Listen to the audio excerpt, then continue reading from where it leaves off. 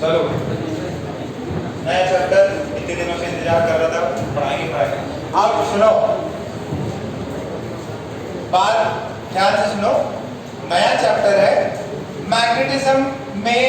एक तो है मैग्नेटिक प्रॉपर्टीज, जो आपने सॉलिड स्टेट में कुछ किया, मैग्नेटिक प्रॉपर्टीज, फेरोमैग्नेट ऐसा कुछ किया है थोड़ा बहुत तो केमिस्ट्री में करते हैं ना। तो वो मैग्नेटिक प्रॉपर्टीज, पैरामैग्नेटिक क्या होते हैं, फेरोमैग्नेटिक, डाईमैग्नेटिक। तो ये सारी प्रॉपर्टीज वाली जो है उसके अंदर प्रॉपर्टीज पूछता है, उसके अंदर सवाल नहीं है, ठीक है, बहुत ज्यादा सॉल्विंग वाला नहीं है। और जो दो पार्ट है, एक तो है magnetism due to current carrying wire, जो अभी अपन करेंगे वो magnetism due to current carrying wire करेंगे। एक जो नॉर्मल है जिसके अंदर अर्थ का मैग्नेटिज्म पढ़ना है, ठीक है, तो थोड़ा थ्योरेटिकल पार्ट ज्यादा है, अर्थ का मैग्नेटिज्म है।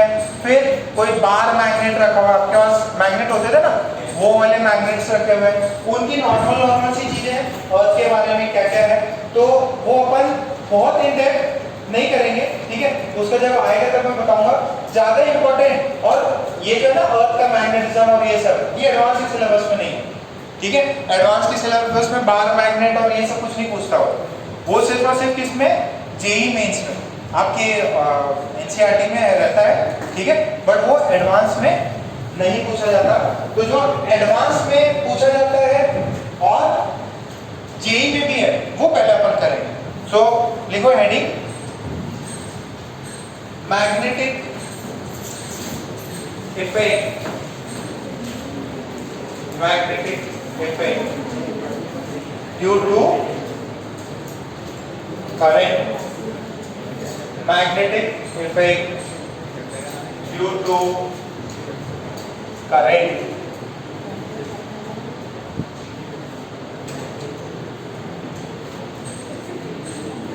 हाँ, नया चैप्टर का नाम है magnetic effect due to current. और सुनो, इसमें इस चैप्टर में 101% क्वेश्चंस आते ही आते हैं, और ये इसकी वजह से भी जरूरी है कि थोड़ा सा मॉडर्न फिजिक्स में भी इसका काम आएगा, तो अभी पता रहेगा तो मॉडर्न फिजिक्स थोड़ा सा इजी जाएगा, ठीक है। अच्छा, मैग्नेटिक, या मैं इसको मैग्नेटिज्म बोलूंगा, ठीक है, जो कि कंपैरेटिवली बाकी सबसे थोड़ा सा इजी। अब सुनो, अब एक पॉइंट मुद्दे की बात समझना, अगर ये चैप्टर ध्यान से कर लिया वापस से, ठीक है, मैं वापस से स्टार्टिंग से एकदम बेसिक से आपको कराऊंगा, तो आपका जो इलेक्ट्रोस्टैटिक वाला पार्ट था ना, वायर से, इनफिनाइट वायर से, सेमी इनफिनाइट वायर से, सब कुछ वापस रिपीट होने वाला है। गॉस लॉ, वैसे ही सारे लॉज यहाँ पे रिपीट होंगे, तो उस समय पे अगर कुछ समझ नहीं आया हो वापस से देख लेना। अगर ईमानदारी से ये चीज़ समझ में आ गई तो इलेक्ट्रोस्टैटिक्स वापस से इजी लगेगा। अगर इलेक्ट्रोस्टैटिक्स थोड़ा सा टफ चला गया हो, ये पार्ट पढ़ना, इलेक्ट्रोस्टैटिक्स इजी लगेगा। और जिसको इलेक्ट्रोस्टैटिक आता है उसके लिए बहुत अच्छी बात है कि ये सब उसका रिपीटिशन चलेगा। और एक और रिक्वेस्ट है, अब जैसे ही आ जाओ तो प्लीज़ एम्बेसडर पढ़ने के साथ साथ इलेक्ट्रोस्टैटिक्स को एकदम अच्छे से पूरा स्टार्टिंग से रिवाइज करता है, क्योंकि अगर आपने वो पूरा रिवाइज किया है ना तो आपको एक एडेड एडवांटेज मिलेगा। इलेक्ट्रोस्टैटिक्स भी डबल टाइप समझ में आ जाएगा और ये मैग्नेटिज्म भी समझ में आ जाएगा। अच्छा, ये इंटरलिंक्ड है, बट ऐसा मत सोचना है कि मैं पूरा ही आपको उसी पे छोड़ दूंगा कि आपने पहले पढ़ रखा है तो अभी अपन नहीं करेंगे। अपन करेंगे एकदम अच्छे से, स्टार्टिंग से एकदम करेंगे, ताकि आपको अगर पहले वाला पार्ट ना आया हो तो ये वाला पार्ट आ जाए, ठीक है, और ये वाला पार्ट आ गया तो पहला वाला पार्ट इजी रहेगा, और पहले वाला आया हुआ है तो भी फायदा है, इसमें इजी रहेगा। अच्छा, हाँ, करो क्या हमेशा हुआ क्या कुछ अच्छा। तो अब ध्यान से देखो, एक एक्सपेरिमेंट था। क्या एक्सपेरिमेंट था कि एक वायर रखी हुई है, ध्यान से समझना, एकदम सिंपल सा एक्सपेरिमेंट, पहले पढ़ रखा है आपने। वायर रखी हुई है और यहाँ पे आपने एक प्लस क्यू चार्ज रख दिया। क्या रख रखा? Plus Q charge. वायर है, प्लस क्यू चार्ज रखा, ये चार्ज इधर नहीं पड़ा हुआ है, इसमें कोई भी इम्पैक्ट नहीं, इसमें कोई भी इम्पैक्ट नहीं। अब सेकेंड सीन में क्या हुआ, सेकेंड सीन में ऐसा हुआ, ये वायर है, यहाँ पे प्लस क्यू चार्ज है, ठीक है, यहाँ पे प्लस क्यू चार्ज है। इसके अंदर क्या हुआ, अगर आपने इसमें करंट लगा दिया, क्या लगा दिया, करंट लगा दिया, तो देखा गया कि इसके अंदर क्या आता है, थोड़ा सा डिफ्लेक्शन आता है। क्या आता है, थोड़ा सा डिफ्लेक्शन आता है। अगर ये मूविंग है, अगर ये मूव कर रहा है, ठीक है, ये अगर मूव कर रहा है और इसके अंदर करंट फ्लो कर रहा है, तो इसके अंदर क्या आएगा, डिफ्लेक्शन आएगा। ये क्या है, इसके अंदर एक डिफ्लेक्शन आएगा। मान लो पहले पड़ा हुआ है, तभी भी कोई फोर्स नहीं, और अगर यहाँ पे इसको अपन ने 20 स्पीड दिया तो भी कोई भी इंपैक्ट इस पे नहीं आया। 20 स्पीड दिया, आराम से जाता है।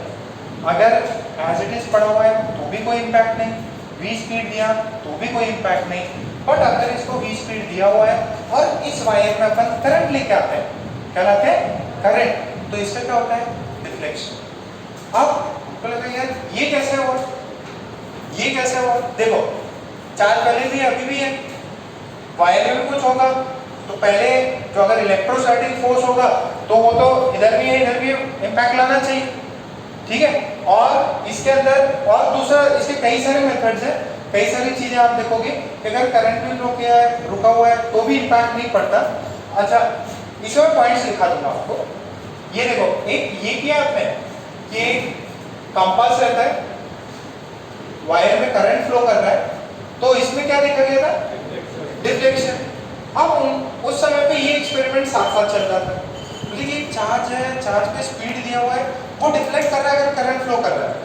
अगर इसके अंदर करंट 0 था, there was no deflection. But जैसे ही मैंने इसमें करंट नॉन जीरो किया, इसके अंदर क्या हो गया, डिफ्लेक्शन। तो हमने देखा कि यार ये दोनों फिनोमेना है, क्या है, लिंक्ड है। दोनों फिनोमेना क्या है, लिंक्ड है।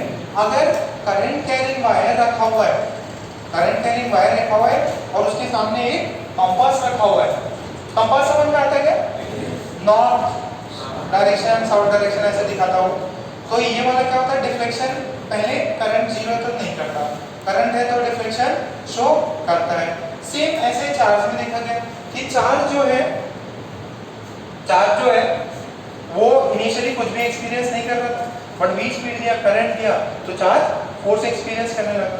तो फिर लेटर स्टेज पे लगा कि यार इसको अपन ने निकाला मैग्नेटिक इफेक्ट। तो यानी कि ये magnetic effect due to this wire इस चार्ज पे लगा और इसका कुछ डिफ्लेक्शन है। इसके साइंटिस्ट का नाम पता है क्या, किसने डिस्कस किया था ये, किसी को नहीं पता? हाँ, अरे ये एक्सपेरिमेंट किया है कि नहीं, पढ़ा है कि भाई करंट कैरिंग वायर है, उसके सामने कंपास को रखो तो डिफ्लेक्ट होता है, नहीं? चलो ठीक, कोई नहीं, बेसिक से होता है, ठीक है। पहले एक बार 2-3 पॉइंट्स लिखो, पहले ये बना के 1-2 पॉइंट्स लिखते हैं, बात नहीं बेटा।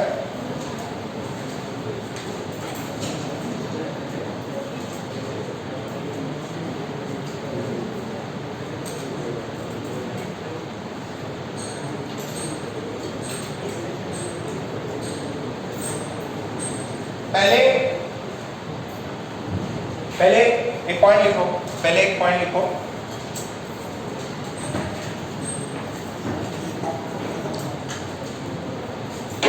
देखो एक्चुअली पता है ये आप तो मैंने बता दिया आपको एक चीज, बाद में ये फोर्स है ना, मैं आपको फोर्स भी लगाऊं, मैग्नेटिक फोर्स क्या होता है उस पर एक बार मैं बता दूं किस पे डिपेंड करता है। फोर्स जो है वो चार्ज पे डिपेंड करता है, ठीक है, V पे डिपेंड करता है और B पे डिपेंड करता है, ठीक है। अगर वेलोसिटी 0 है तो मैग्नेटिक फोर्स नहीं लगता। अच्छा, अगर B 0 है तो भी मैग्नेटिक फोर्स नहीं लगता। तो अगर बात समझना, एक पॉइंट बता रहा हूं, अगर इसकी वेलोसिटी आपने 0 कर दी, ठीक है, और इधर भी करंट 0 रखा, तो कोई फोर्स एक्सपीरियंस होगा क्या? पहले बस ये देख लो, इक्वेशन देख लो, क्या है, Q है, V है और B है। इसकी वेलोसिटी नहीं है तो फोर्स कितना हो, अगर इसकी वेलोसिटी है, करंट नहीं है, तो फोर्स कितना? 0। अच्छा, इसके अंदर करंट है, इसके अंदर करंट है, बट अपन चार्ज को रेस्ट पे रखे हुए हैं। चार्ज को क्या पे रखे हुए हैं? रेस्ट पे। क्या फोर्स लगेगा? क्या V का होना भी जरूरी है। अब यही सब सेम चीज इसमें ऐसे भी बुक्स में लिखी रहती कि if there is a current carrying wire and there is a charge at rest, it will experience no force. But same instant पे क्या हुआ? वायर है, करंट कैरी कर रहा है, चार्ज रखा हुआ है, और चार्ज को अपन ने थोड़ी सी रफ्तार देगी, तो रियलिटी में वो स्ट्रेट नहीं जाएगा, वो डिफ्लेक्ट मारेगा। आपने स्पीड आगे दी थी, वो डिफ्लेक्ट मारा। क्यों मारा? क्योंकि उसके ऊपर मैग्नेटिक फोर्स लगा। क्या लगा? एक मैग्नेटिक फील्ड्स की वजह से मैग्नेटिक फोर्स लगा। वही चीज एक्सप्लेनेशन है। तो इसके अंदर बहुत सारे सिनेरियो बन सकता है, एक सिंगल सिनेरियो नहीं है। इसको मूव करा के देखा, ठीक है, और इसमें करंट 0 है तो भी फोर्स नहीं, इसमें करंट है बट इसको ये मूव नहीं कर रहा तो भी फोर्स नहीं, इसमें करंट है और ये मूव कर रहा है तो ही फोर्स लगता है। ठीक है, तो ये लिख लो। इसमें this is diagram A, this is diagram B. मैं थोड़ा सा और चेंज करा दिया, उसमें पॉइंट लिखो पहले। इट इज ऑब्जर्व, ये थोड़ा चेंज करके पॉइंट लिख लो।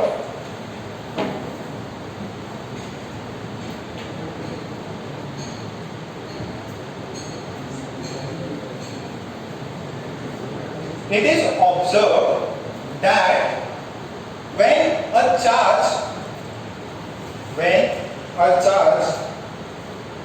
is kept, when a charge is kept at rest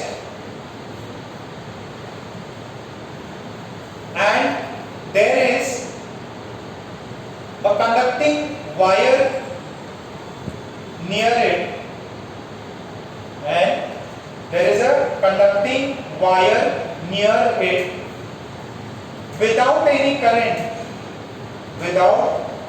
current, there is no force on the charge, there is no force on the charge,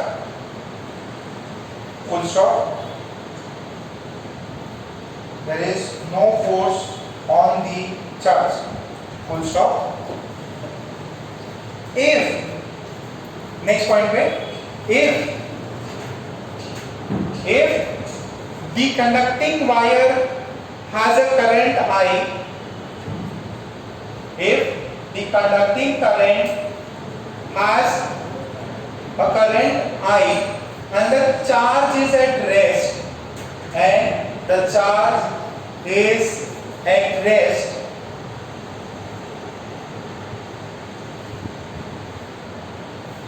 then too there is no force on the charge.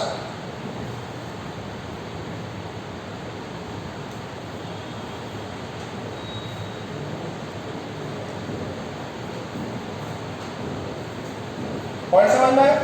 Wire है, no current, charge है, no speed, कोई force नहीं। Wire है with current, charge है, rest पे, there is no force. Third क्या लिखोगे? क्या अगर करंट कैरिंग वायर है और चार्ज v स्पीड से मूव कर रहा है, then the charge will experience a force. If there is current I in wire and charge q is moving with v, and charge q, if there is current in the wire and charge q is moving, charge q is moving with speed v, then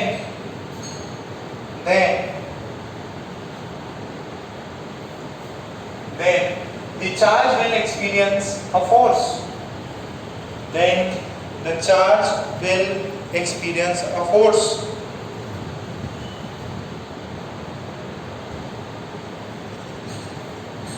बात समझ में आ गई? तो यहाँ पे ये rest पे है तो फोर्स कितना कितना 0, करंट भी है और ये v स्पीड से है तो भी तभी होगा ये नॉन जीरो फोर्स। अच्छा, ये सिमिलर एक्सपेरिमेंट किसने किया था? ओएस्टर। ठीक है, स्पेलिंग ऊपर नीचे है, ओएस्टर, जो भी प्रोनाउंस करना है। ओएस्टर एक साइंटिस्ट थे, उन्होंने क्या किया कि अगर कंपास को मैग्नेट के पास लेकर आए तो क्या करता है, वो कंपास डिफ्लेक्ट होता है। ये तो पता है ना, कंपास जो है वो डिफ्लेक्ट होता कब? जब मैग्नेट्स के पास में लाया। तो सेम उसने क्या देखा कि अगर मैं करंट कैरिंग वायर के पास में कंपास को लेके आऊंगा तो क्या होगा, वो कंपास डिफ्लेक्ट होता है। अब उसको पता था कि यार मैग्नेट लेके आता तब कंपास डिफ्लेक्ट होता है। अब यहाँ मैं करंट कैरिंग वायर के पास से कंपास लेके आ रहा हूँ तो भी वो डिफ्लेक्ट हो रहा है। इससे क्या कंक्लूजन निकला कि ये जो वायर है, करंट कैरिंग वायर, ये क्या क्रिएट कर रही है? मैग्नेटिक। समझ में आ रहा है? थोड़ा बहुत क्लियर हुआ कि अगर ये ओएस्टर ने देखा था कि अगर कंपास रखा हुआ हो और उसके बगल में मैग्नेट्स लाए जाए तो कंपास क्या करता? डिफ्लेक्ट। रियल मैग्नेट्स, किसी वाले मैग्नेट्स हैं, जैसे मैग्नेट से खेला है क्या, वो ऐसा उड़ा हो चो करके आती है ना? तो वो वाली मैग्नेट्स, बार मैग्नेट किसी ने देखी है? गोल वाली मैग्नेट, वो रेडियो में पहले निकलती थी, खेला होगा ना उससे। तो उसने वो वाला कंपास के सामने लेके गया तो वो डिफ्लेक्ट हुआ। अब उसने ये एक्सपेरिमेंट किस पे किया? वायर, करंट कैरिंग वायर से। तो देखा कि यार कंपास डिफ्लेक्ट हुआ। इसका मतलब समझे थे यार, ये वायर भी मैग्नेटिक फील्ड क्रिएट कर रही है। अच्छा, ये कंपास एक्चुअल में नॉर्थ तरफ क्यों फेस करता है हमेशा? क्योंकि अर्थ में मैग्नेटिक फील्ड्स है। जैसे मैग्नेट जो होते हैं नॉर्थ और साउथ, अर्थ का भी नॉर्थ और साउथ पोल है और वो मैग्नेटिक फील्ड्स रियल में है और इसके वजह से अपना कंपास हमेशा वैसे ही अलाइन करता है। अगर कोई अगल बगल में कोई मैग्नेट्स नहीं है तो एज इट इज वो अर्थ के नॉर्थ डायरेक्शन पे पॉइंट आउट करेगा। वो उसके अंदर में फील्ड्स निकलते हैं, आगे पढ़ोगे। बाहर मैग्नेट्स में जैसे निकलती है ना इलेक्ट्रो, जैसे इसमें दिखाया था मैंने प्लस क्यू पे ऐसे निकल रही, ऐसे निकल रही। जो अर्थ है उससे भी ऐसे फील्ड्स निकलती, ठीक है। इसके वजह से जो कंपास है वो चेंज करता है। तो फिर नीचे लिख लो एक पॉइंट। नेक्स्ट, ये ड्रॉ किया क्या? कर लिया? करो फिर पॉइंट्स लेना। अरे थ्योरी समझ में आ रही है क्या? करंट कैरिंग वायर और एक मूविंग चार्ज दोनों अगल बगल में है तो चार्ज पर कुछ फोर्स होगा, बस यही है नया फोर्स, नई फील्ड। तो ड्रॉ करने के बाद में तो देखो चैप्टर इजी है, बस इसमें क्या ना पंगा क्रॉस प्रोडक्ट आता और इससे लाइफ थोड़ी सी परेशान हो जाती है। नहीं तो चैप्टर बहुत इजी है, मासूम सा चैप्टर है।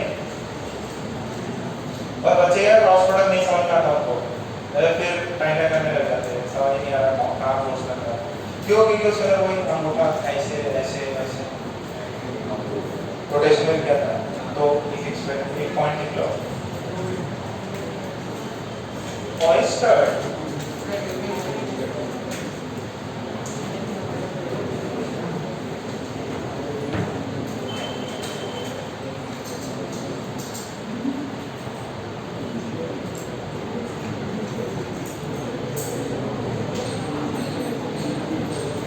oyster conducted an experiment. Oyster conducted an experiment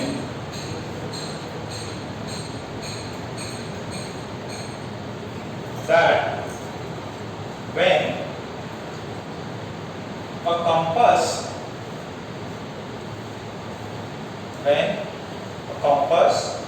is placed near a current carrying wire, it will show deflection. When a compass is placed near a current carrying wire, it will show deflection. and there will be no deflection, and there will be no deflection, and there will be no deflection if the current is zero. If the current is zero. तो stop. We know, कुछ हमने we know that a compass is deflected. We know that a compass is deflected when placed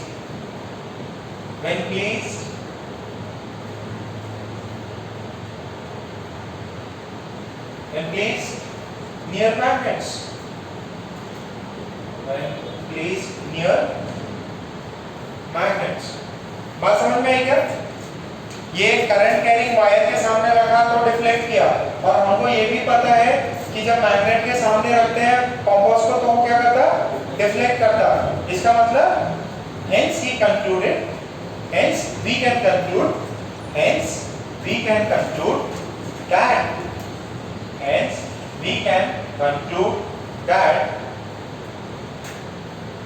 hence we can conclude that current carrying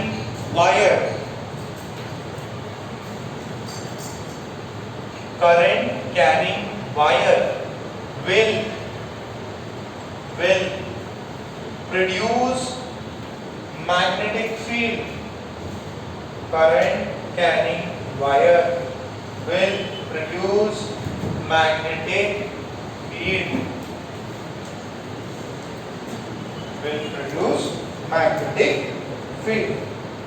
okay, अब ये पूरे chapter में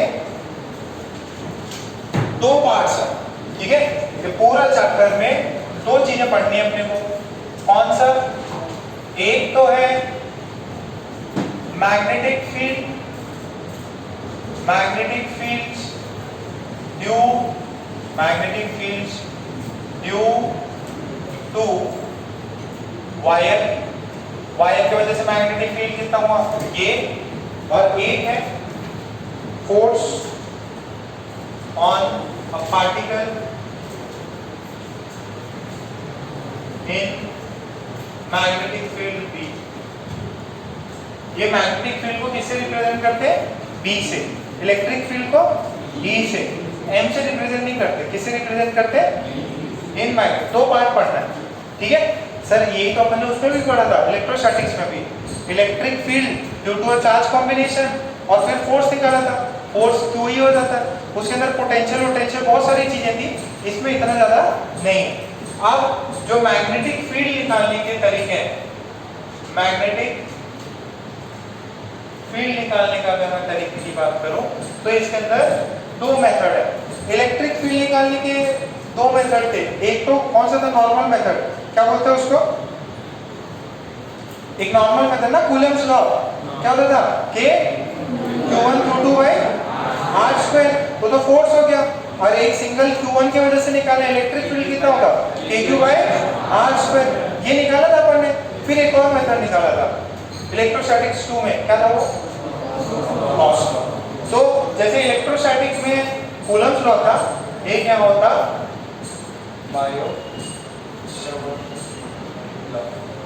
bio-Savart law, ठीक है? तो एक ये लॉ है, ठीक है, और एक है एम्पियर सर्किटल लॉ। देखो, जैसे गॉस लॉ था वैसे ही एम्पियर है। गॉसियन सरफेस होता था, यहाँ पे एम्पियर सरफेस कुछ लेना पड़ेगा। यहाँ पे जैसे r डिस्टेंस पे कुछ भी होगा तो वैसे ही चलिए आगे लिख लो।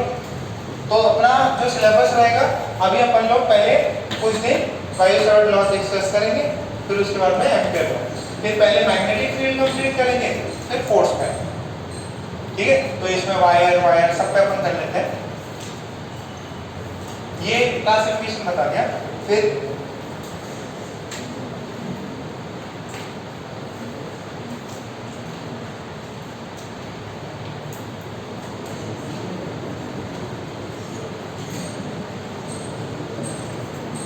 Biot-Savart law, Biot-Savart law simple सा है, बीएस लॉ, और ये एम्पियर-सर्किटल लॉ। क्या हुआ इनका?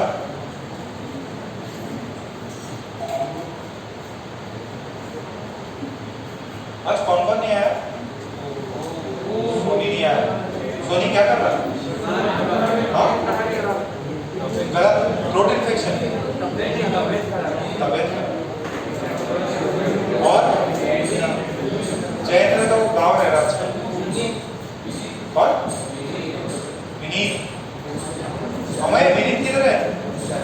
हमें क्या है? विनीत किधर है? जिम गए थे ना सुबह सुबह उसके साथ, वहां पे आ जाता। जिम छोड़ दिया उसने। तुम जा रहे हो बीबी? तुम भी नहीं जा रहे? जिम के वैसे ही बढ़वा 1 महीने के लिए, ठीक है। पहले लिखो मैग्नेटिक फील्ड्स के बारे में थोड़ा सा लिख लें।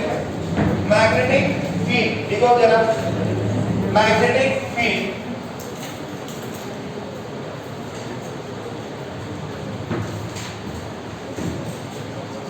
हेडिंग लगा मैग्नेटिक फील्ड, मैग्नेटिक फील्ड। इसमें लिखो it is a vector, it is a vector quantity represented, is a vector quantity represented by capital B। ये ऐसे कैपिटल है, मैग्नेटिक M से स्टार्ट होता, बट रिप्रेजेंट किससे करते हैं? B से, मैग्नेटिक फील्ड B से। Okay, second, its unit of magnetic field पता है किसी को? टेस्ला। क्या है? टेस्ला बोलिएगा, टेस्ला क्या है? टेस्ला, टेस्ला गाड़ी है, तो मैग्नेटिक फील्ड का भी यही है। टेस्ला कौन थे? साइंटिस्ट थे, बहुत बड़े साइंटिस्ट, अपने टाइम के बहुत बड़े साइंटिस्ट। एडिसन इन सबसे भी ज्यादा थे, ठीक है। बट दिक्कत यही हुई, एडिसन ने कंपनी खोल ली, पैसे वाला बन गया, और उनके एक्सपेरिमेंट कई सारे चुरा लिए उन्होंने। एडिसन खराब हुआ। ये he was one of the greatest of all, ठीक है, बहुत ग्रेट साइंटिस्ट।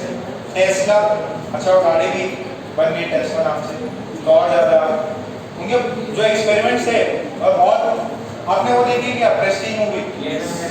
उसके अंदर वो जो टेस्ला ही रहता, वो साइंटिस्ट जो है, मतलब रेफरेंस के लिए यूज़ किया एज ए फिक्शन में, वो टेस्ला को शो करते हैं, और जब वो निकलता रहता वो सब कुछ घर वार छोड़ के, तो वो देखता पीछे एडिसन के बंदे हैं, थॉमस एल्वा एडिसन, पता है? हाँ, तो इलेक्ट्रिसिटी में बहुत ज़्यादा काम है, ठीक है। और जो भी एसी वेसी है वो सब इन्हीं का था कि एसी ही फ्यूचर होगा। बड़े एडिसन पैसा वाला था, पावरफुल था थोड़ा सा, देखो बड़े बहुत ज़्यादा एक्सपेरिमेंट थोड़ी करते, कुछ तो लोगों के चुरा लेते, कि इसने बहुत सारे एक्सपेरिमेंट किए, बहुत सारे, ठीक है। कुछ बढ़िया था, बहुत बड़ा डिवाइस बनाया था, इसी के एडिसन के अंदर भी काम करता था। फिर इसका चुनाव कि भाई पूरा क्रेडिट फिर एडिसन ने ले लिया, इसको आकर दिया। फिर मतलब अल्टीमेटली एंड बहुत खराब हुआ इनका, मतलब वही है, पैसा बहुत जरूरी रहता है, ये सिर्फ एक्सपेरिमेंट करने पे समाज सेवा में कुछ फायदा हुआ नहीं, आखिरी में एकदम ज़्यादा करना पड़ा। चलो ठीक है, ये तो धन्यवाद। चलो लिखो, एक बार लिखो, द डायमेंशन टेस्ला। अच्छा, इसको एक और भी है, 1 tesla is equal to 1 weber metre square, 1 weber per metre.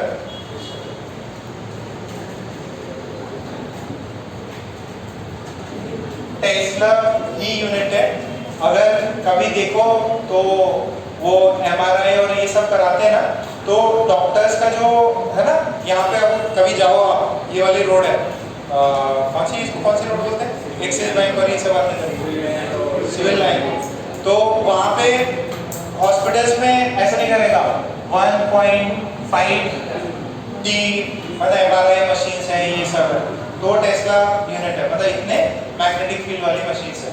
देखना कभी बोर्ड पे अगर क्या हमारे पास एडवांस MRI मशीन है तो उसका यूनिट देखा 1.5 टेस्ला, देखना कभी गौर किया है, कितना देखा ये, इतना बढ़िया मशीन है MRI मशीन, ठीक है। ओके, आप सुनो, आप इसको डायमेंशन निकालो, F is equals to Q B, B है, बी का डायमेंशन निकालो। पहले मैंने फोर्स की इक्वेशन बता दिया, आपको डायमेंशन निकालना है बी का, where F is force, Q is charge, B is velocity. Find dimension of B.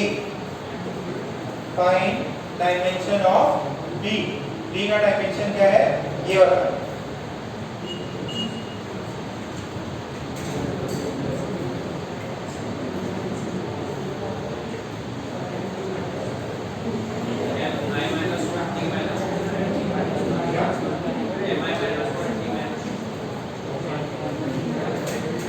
और किसी का आया निकालो जल्दी।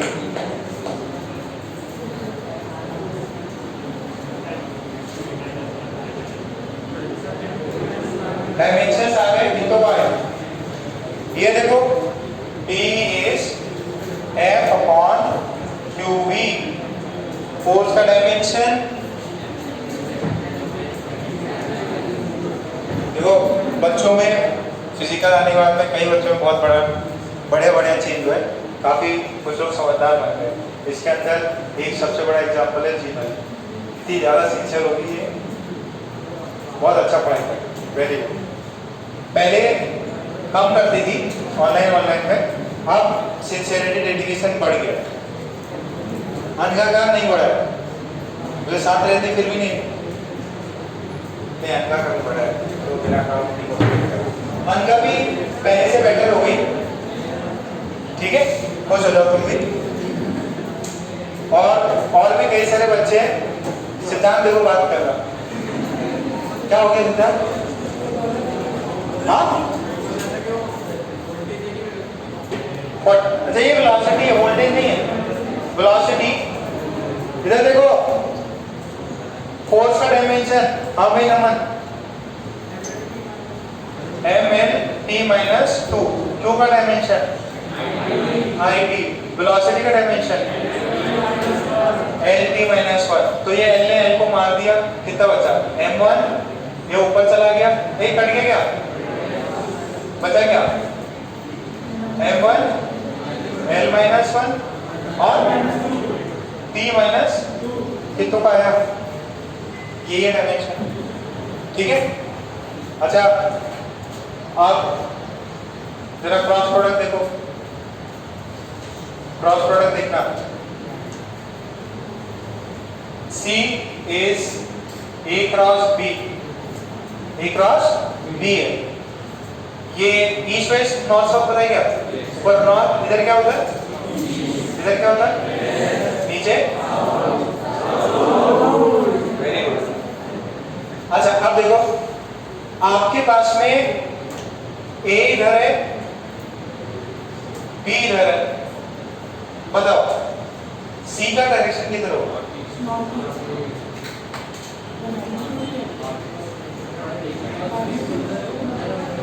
अरे न्यूटन बनाया वो ईस्ट वेस्ट नॉर्थ देखिए क्या होगा, ये स्क्रीन में क्या होता है, राइट हैंड थंब रूल, क्या बोलते हैं, A के अलाउंग फिंगर्स को रखो, B के अलाउंग कर्ल करो, तो जहां थंब जा रहा है वही C का डायरेक्शन है। C क्या है, A क्रॉस B, तो A इधर है, B इधर है, तो A cross B is out of the plane, तो आउट ऑफ द प्लेन को डॉट से रिप्रेजेंट करते हैं कि क्रॉस से, क्रॉस के डॉट से, हे भगवान, कुछ बाण बताया था ना, तीर और बाण, कि अगर तीर आपके पास आ रहा है तो क्या होगा, वो पॉइंट दिखेगा, और अंदर तीर जा रहे तो ये बहुत पहले बताया था कि ऐसा होता है ना एरो, और इधर ऐसा पंख लगा देते पीछे, तो ऐसा गया तो ये पीछे से क्रॉस दिखता है और आपके सामने आ रहे तो सी वेक्टर क्या out of the plane, C is out of plane. अच्छा दूसरा देखो, अगर A जो है that is inside the plane and B is this way, where is C? कौन सा डायरेक्शन? A अंदर है, B इस साइड है, what is direction of C? देखो A अंदर है तो आपको क्या करना है, फिंगर्स किधर होनी चाहिए पहले वाले वेक्टर्स में, तो अंदर की तरफ, फिर B की तरफ फिंगर्स को कर्ल करो। ऐसे कर सकता है क्या? नहीं, तो ऐसे करूंगा तो कर्ल के तो थंब किधर जाएगा, तो C is downward, C is downwards। या अगर यहाँ ईस्ट वेस्ट ये दिया, ईस्ट में ये है और वो इनसाइड था, तो सी का डायरेक्शन क्या है, नहीं चमका, ये आई कैप जी कैप में पूछ सकता है, ये इसमें पूछ सकता है। चमक रहे इतना, बोलू ये छापो क्यों लिखा रहा हूं, क्योंकि आगे यही सब आएगा। सार्थक चमक रहा क्या, सार्थक का कहीं जाने की प्लानिंग थी क्या? रिजल्ट कब है? कल ही है, तो कल पक्का क्लास करें।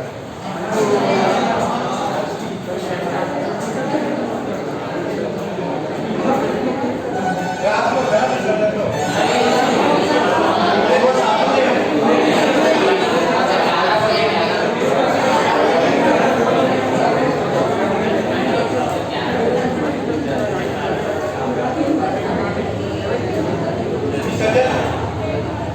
किधर करते, बिल्डिंग में टंकी बना के रखने का,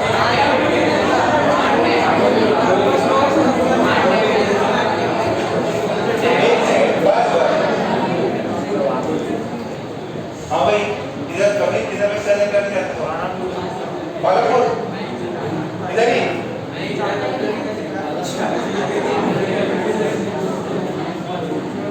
मासा जी ने तुम्हारा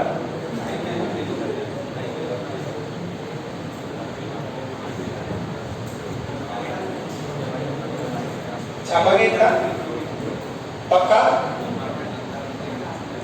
तो एक लिख लो राइट हैंड थंब लो,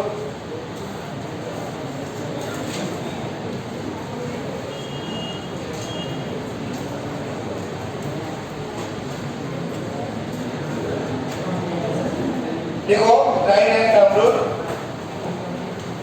क्या था, right hand thumb rule, point the fingers of right hand in the direction of vector A and curl the fingers in the direction of B, then the thumb will point towards vector C। देखो इस अपने points में देखो, पहले लिखा रखा है 1.5 साल पहले, point the fingers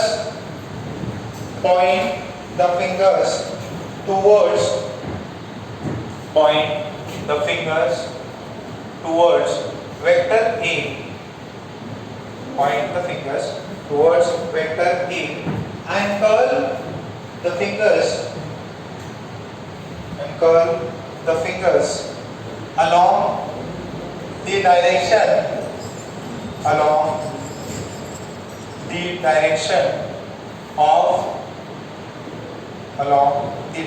of vector B, along the direction of vector B, then the thumb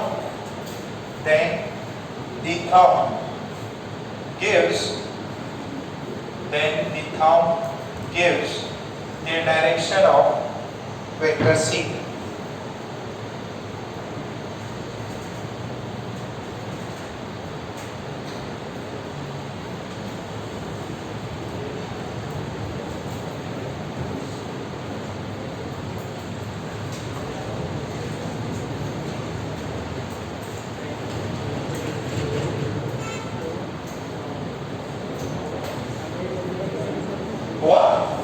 अब जरा सेकेंड थर्ड फोर्थ में सी वेक्टर का डायरेक्शन बताओ। इसमें ईस्ट वेस्ट नॉर्थ साउथ में आ जाएगा।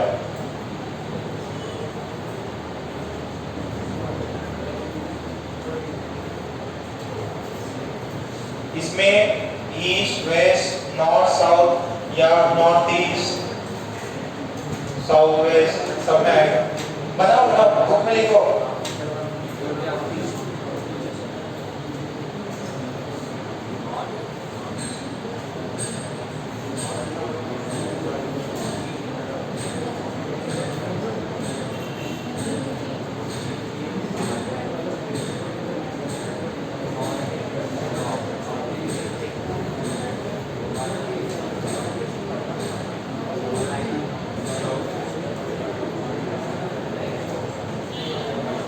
डायरेक्शन निकालो बनाओ।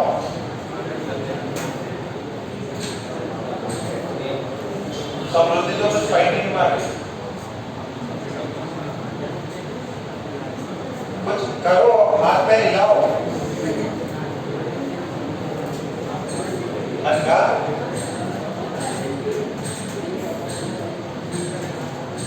और नीचे कर दी इसको।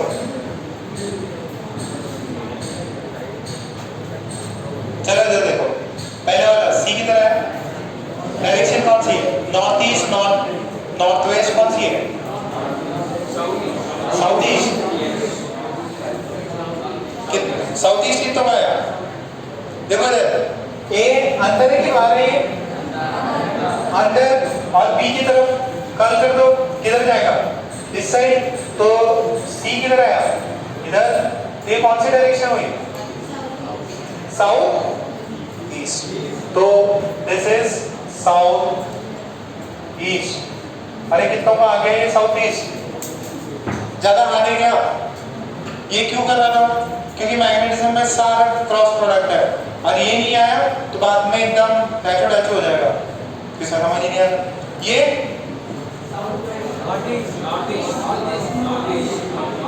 हाँ भी क्या भैया बताओ बताओ इसका हिम्मत करो। हाँ नॉर्थ ईस्ट। देखो ए इधर है, बी किधर है? इनसाइड की बाहर। तो ऐसे और फिंगर्स को कर्ल किया तो ये अपना सी वेक्टर। ये कौन सा है? नॉर्थ और ईस्ट के बीच में। तो दिस इज नॉर्थ ईस्ट। कितना आया था नॉर्थ ईस्ट? लास्ट। ए किधर है? अंदर की बाहर? बाहर अंदर की बाहर?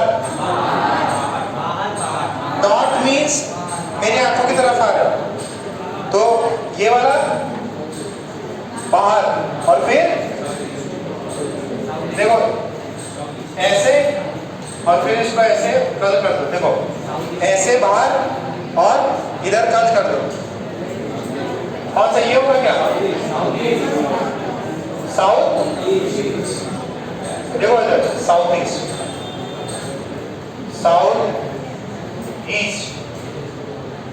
डायरेक्शंस क्लियर है? Right hand thumb rule.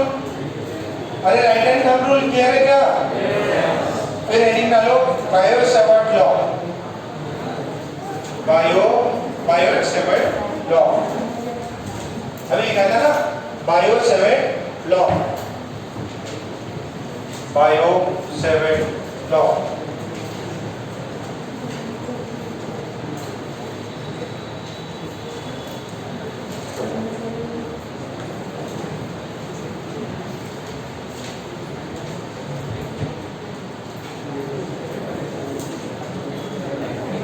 बात नहीं है, कौन बात कर रहा है? ईशा?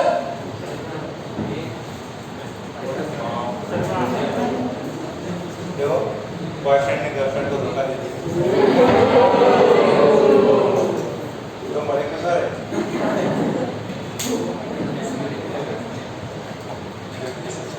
ओके, बायो-सैवर्ट लॉ क्या बोलता है कि अगर एक एकदम सिंपल सा है, वेक्टर फॉर्म में है कि मेरे पास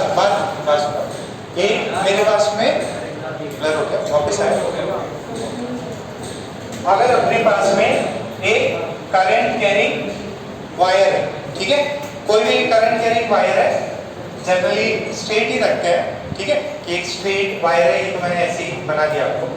तो ये वायर में करंट फ्लो कर रहा है, वायर में करंट फ्लो कर रहा है आई, और यहाँ पे आपने एक छोटा सा इसका हिस्सा लिया, डीएल लेंथ, कितना लिया, डीएल लेंथ का आपने हिस्सा लिया, करंट किधर फ्लो कर रहा है, ठीक है। अच्छा, अब यहां पे कोई पॉइंट है P, और इस DL जैसे मैंने स्मॉल एलिमेंट, इसका इससे डिस्टेंस है R, कितना डिस्टेंस है R, ठीक है। एक वायर है, करंट कैरिंग वायर, और यहां पे अब आपको मैग्नेटिक फील्ड निकालना। What is the magnetic field है पॉइंट B, तो उसका कितना है, करंट की वैल्यू I भी ले सकते हो, I0 भी ले सकते हो, this is mu naught I, ठीक है, अपॉन 4 पाई, ठीक। और अपना लेंथ कितना लिया अपन ने, लेंथ ऑफ वायर DL, मतलब किस सेक्शन की वजह से, DL क्रॉस डिस्टेंस कितना है R, तो ये DL cross R divided by R का मैग्नीट्यूड का क्यूब, R के मैग्नीट्यूड का। देखो अगर याद आ रहा हो तो जब अपन ने इलेक्ट्रोस्टैटिक का मैग्नीट्यूड निकाला था, इलेक्ट्रोस्टैटिक फील्ड का, तो अगर उसको वेक्टर फॉर्म में लिखते थे तो ऊपर R आता था, नीचे R क्यूब आता था। तो आप सुनो, ध्यान से सुनो, mu naught I upon 4 pi, mu naught constant, 4 pi constant है, I is the current, DL is the length, R is the distance, ठीक है। अब इनका क्रॉस प्रोडक्ट आप ले लेना तो आ जाएगा कितना, DL R sin theta. What is theta, theta is the angle between DL and R, तो ये DL sin थीटा, एक R कट जाएगा, नीचे क्या आएगा, R स्क्वायर आ जाएगा। तो जितना दूर जाओगे उतना मैग्नेटिक फील्ड कम होगा कि ज्यादा, कम होता जाएगा। इलेक्ट्रोस्टैटिक फील्ड भी ऐसे ही था, R स्क्वायर से इनवर्सली प्रोपोर्शनल था। अच्छा, अब ये है क्या, दिस इज वेक्टर क्वांटिटी। अच्छा, कोई मुझे बता सकता इस डायरेक्शन क्या है, किधर हो, प्लेन के अंदर की प्लेन के बाहर, DL क्रॉस R, DL किधर है, ऊपर, R किधर है, सर ये P point, sorry P point ऐसा ना, तो B किधर है, B is inside, here at point B the magnetic field is inside the plane, is inside the plane। अच्छा, अब सुनो, what is DL, DL क्या है, length of a section of wire, एक सेक्शन की अपन ने लेंथ दिया। What is our distance between the current carrying section and the point P where magnetic field has to be formed, distance between DL and point P, ये भी समझ में आ रहा है क्या, ओके। फिर I क्या है, I is the current in wire। अच्छा, जितना ज्यादा करंट का मैग्नीट्यूड होगा उतना ज्यादा क्या होगा, मैग्नेटिक फील्ड। तो जितना ज्यादा स्ट्रॉन्ग करंट कैरिंग वायर है उतना ही ज्यादा मैग्नेटिक फील्ड इंपैक्ट होगा। तो यानी जो कंपास लिया है उसके अंदर अगर अपन मैग्नेटिक करंट बढ़ाते हैं तो उसका कंपास का डिफ्लेक्शन ज्यादा, ठीक है। इस पे भी सवाल आ सकता है। अच्छा, एक एस्ट्रोनॉट होता था, उसको क्या बोलते थे, परमिटिविटी बोलते थे ना, परमिटिविटी बोलते थे, इसको बोलते हैं permeability, permeability of free space. ये क्या है, स्पेस का, फ्री स्पेस का परमिएबिलिटी है। अच्छा, म्यू नॉट की वैल्यू कितनी आती थी, म्यू नॉट की वैल्यू आती थी ना,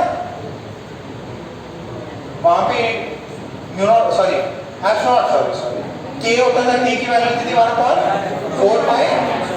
अच्छा, इसकी वैल्यू कितनी होती है, इसकी वैल्यू होती है, उसे 1 अपॉन आता था, इसका होता है 4 पाई, इसका कितना होता है 4 pi into 10 to the power minus 7, कितना होता है 4 pi into 10 to the power. तो इसके लिए वैल्यू सब्स्टिट्यूट करो, 4 पाई कट जाएगा, इसके लिए वो वैल्यूज आता है।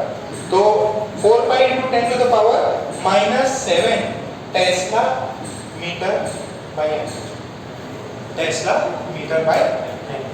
अच्छा अब ये देखो ध्यान से सुनो, ये इंपॉर्टेंट चीज है, मैंने पहले बता रखा है mu naught apps not, apps not की वैल्यू पता है, म्यू नॉट की वैल्यू पता है, दोनों का रूट लो और 1/, ये क्या है 3 इंटू 10 टू द पावर। अच्छा आप लोग बोला ये बायस रख लो,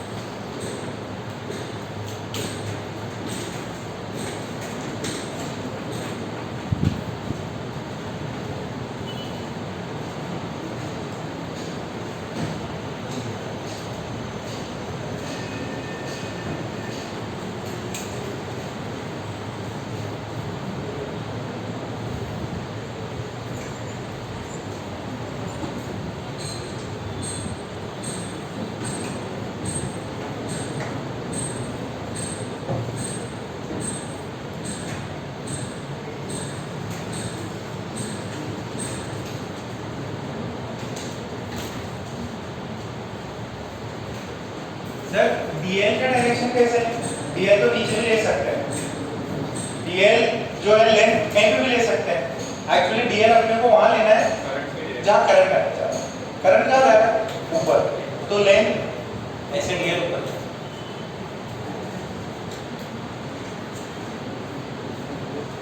समझ में आ रहा है पक्का, क्या बता रहे स्टार्टिंग में? हाँ हाँ डिफ्लेक्शन होता है, एक करंट कैरिंग वायर के सामने अगर कोई मूविंग चार्ज है तो उसका डिफ्लेक्शन होता है बस। तो फिर उसी से अपन ने निकाला कि मैग्नेटिक फील्ड क्रिएट होती है, मैग्नेटिक फील्ड क्रिएट होती है तो इसके अंदर क्या पढ़ना है ये पता किया, फिर मैग्नेटिक फील्ड को B से रिप्रेजेंट करते हैं, यूनिट से लिए डायमेंशंस निकाल लिए और फिर बायो-सावर्ट लॉ पढ़ लिया।